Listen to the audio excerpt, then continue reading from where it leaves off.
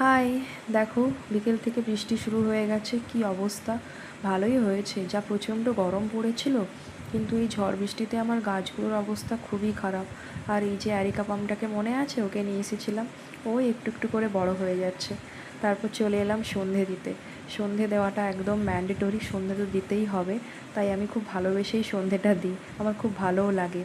আর এই যে ধুনোর গন্ধটা, এটা তো মানে ঘরময় জুড়ে একদম জুড়ে থাকে, খুব ভালো লাগে।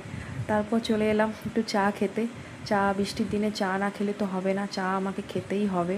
আর সবসময় যদিও খাই না, তবে বৃষ্টি এলেই চা আমাকে খেতেই হবে। আমি একটু চায়ে এলাচ দিয়েই খাই, যাতে দোকানের মতো ফ্লেভারটা পাওয়া যায়। যদিও পুরোটা দোকানের মতো হয় না, তবে ভালোই লাগে। মাঝে মধ্যে একটু আদাও দিই, তবে আজকে আর দিইনি। তাই চাটা আমি শুরু করলাম খাওয়া। আর ওই যে আমার ফেভারিট বিস্কিট, আমি অ্যাকচুয়ালি এটার নাম ভুলে গেছি, ওই মোড় থেকে নিয়ে এসেছিলাম, খুব ভালো খেতে কিন্তু। তবে চায়ের সাথে টা থাকবে না, এটা তো হতেই পারে না। তাই দেখো, সাবুকে আগের দিন ভিজিয়ে রেখেছিলাম, ওরই টিক্কি বানিয়েছিলাম। তোমরা একদিন বানিয়ে দেখবে, খুব ভালো লাগে কিন্তু খেতে। এরকম সসে ডুবিয়ে সাবুর টিক্কি খেতে জাস্ট ওয়াও লাগে। তারপর ফ্রিজ থেকে চিকেনটা বার করে দিলাম। আজকে বৃষ্টির দিনে জমিয়ে চিকেন কষা আর রুটি হবে।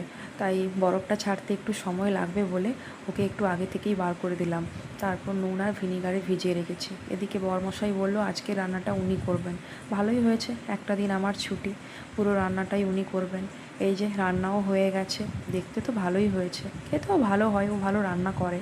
তারপর আমি ওকে খেতে দিয়ে দিলাম সুন্দর করে।